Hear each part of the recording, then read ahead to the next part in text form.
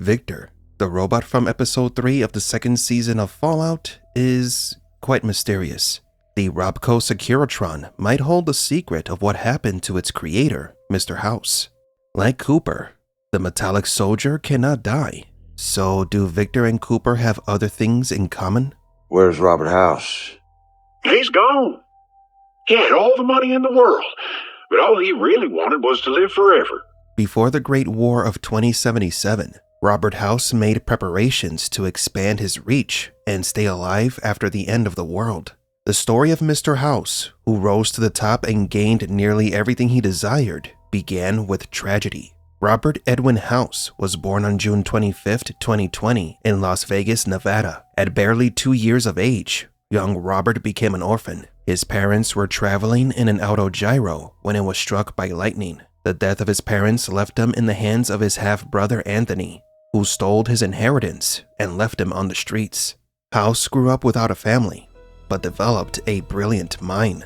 This allowed him to enter the Commonwealth Institute of Technology, where he excelled in science. Robert demonstrated great aptitude for robotics and vowed to fight and avoid death. Robert sought immortality and to be the inventor who would change the course of history. In 2042, at the age of 22, he surprised the market with the founding of Robco Industries.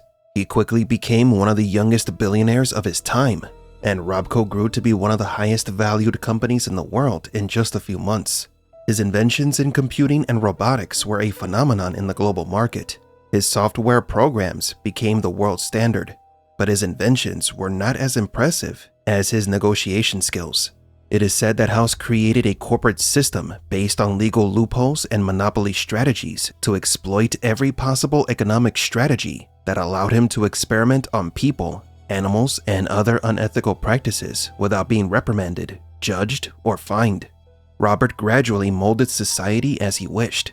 He didn't care for the negative public opinions towards him. The only thing that mattered to House was that he was in a race against time and needed to find immortality. By the late 2060s, Robco robots were everywhere, on the streets, in businesses, in homes, and military installations. His company won most of the government contracts, and through alliances with other megacorporations, went from selling robots to controlling infrastructures and providing large-scale security and defense. Later, Robco became involved in the creation of the Pip-Boy 2000 and 3000, the most iconic devices in the Fallout world, the tool that every Vault-Tec survivor needs.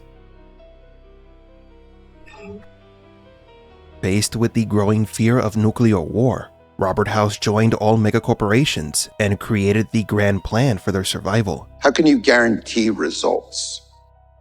By dropping the bomb ourselves.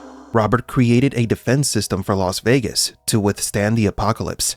He didn't trust Vault-Tec or the government. He trusted only his technology, which would be his refuge when the end came. Some theories suggest Robert may have collaborated with Vault-Tec in causing the nuclear holocaust. House made a pact so that his city, Las Vegas, wouldn't be completely destroyed. As of this video, it is unknown how deeply involved Robert is in the causing of the end of the world. But what is clear is that Robert was one of the few who were prepared for the end of the world.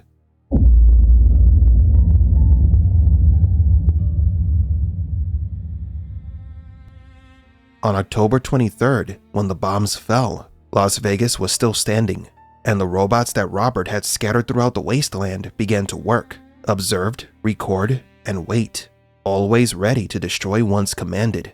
However, Robert failed to complete the final software update that would turn his machines into soldiers. That update was lost under rubble. And here is where Victor appears. Howdy, partner. Is that you, Victor? Victor? Well, that sure does sound familiar. It's uncertain when Victor was created. Victor isn't just one robot. It is many robots, called Securitrons.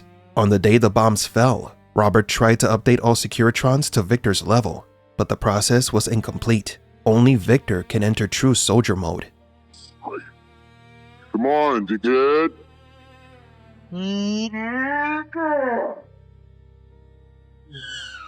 These robots were designed to be security guards, used in public and private locations. They operated with a shared artificial intelligence, capable of functioning without relying on their creator for every action. These machines are strong and durable, but most importantly, Victor's consciousness can transfer from one Securitron body to another.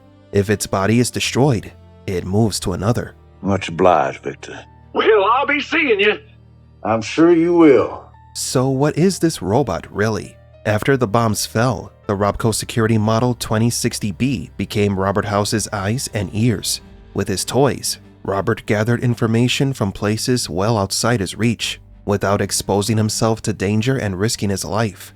In the video games, Victor is a menacing presence that watches what happens, a shadow that is always lurking nearby. And the show properly adapts this robot. Victor is Robert House's eyes and ears in the wasteland. This is the biggest clue that Robert is still alive, waiting for the moment to reveal himself. Now, how does Cooper know Victor? In the episode, the two of them recognize each other as if they were old acquaintances, or even friends. For a long time, people have wondered why Victor's personality is that of a cowboy. There is a theory that Victor's personality is based on Robert's idealization of Cooper. Victor is a protector inspired by Cooper Howard, the cowboy hero from the movies. The robot's AI could be the version of the hero that society wanted Cooper to be. And upon seeing the robot, Cooper reconnects with his past self, his better self. Another interesting detail that the machine and ghoul share is that they cannot die. Victor is that eternal hero created with a purpose to defend the system.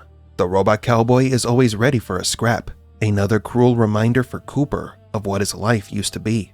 Now, Victor, Robert, and Cooper are based on old archetypes from old stories where a creator, unable to be everywhere, sends their creation to walk among men, to observe them, to record what they do, and to intervene when necessary.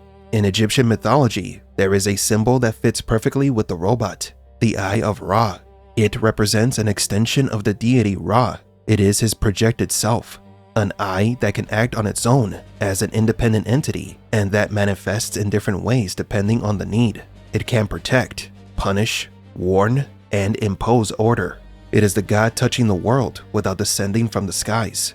The unsettling truth is that Victor is the eye of Robert House.